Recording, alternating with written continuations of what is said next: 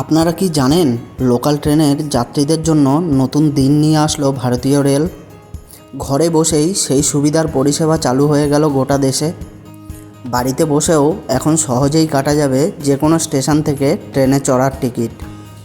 শুধু প্ল্যাটফর্মে বা ট্রেনে বসে ইউটিএস অ্যাপের মাধ্যমে সাধারণ টিকিট কাটা যাবে না, অনলাইনে এখন আরও সহজেই ট্রেনের অসংরক্ষিত টিকিট কাটা যাবে ইউটিএস অ্যাপের মাধ্যমে।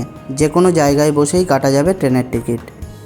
স্টেশন থেকে 20 কিলোমিটারের বেশি দূরত্বের কোনো জায়গা থেকে টিকিট কাটলেও এখন আর কোনো সমস্যা নেই। আসল ব্যাপারটা হলো, এতদিন 20 কিলোমিটারের যে সীমাবদ্ধতা ছিল তা তুলে নিল পূর্ব রেল। ফলে বাড়িতে বসেও এখন সহজেই কাটা যাবে যে কোনো স্টেশন থেকে ট্রেনে চড়ার টিকিট। শুধু প্ল্যাটফর্ম বা ট্রেনে বসেই ইউটিএস অ্যাপের মাধ্যমে সাধারণ টিকিট কাটা যাবে না, চাইলে কেটে নেওয়া যাবে সিজন টিকিটও। অর্থাৎ নিত্যযাত্রীরা চাইলে একসঙ্গে 1, 3 ও 6 মাসের টিকিট প্ল্যাটফর্মে ও ট্রেনে বসেও কেটে নিতে পারবে।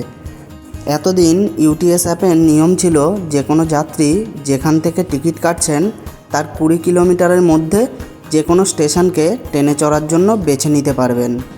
আর 2024-এর মে মাসে এই নিয়মের বড় বদল এলো। এখন যাত্রীরা যে কোনো জায়গা থেকে যে কোনো স্টেশনের টিকিট কাটতে পারবেন।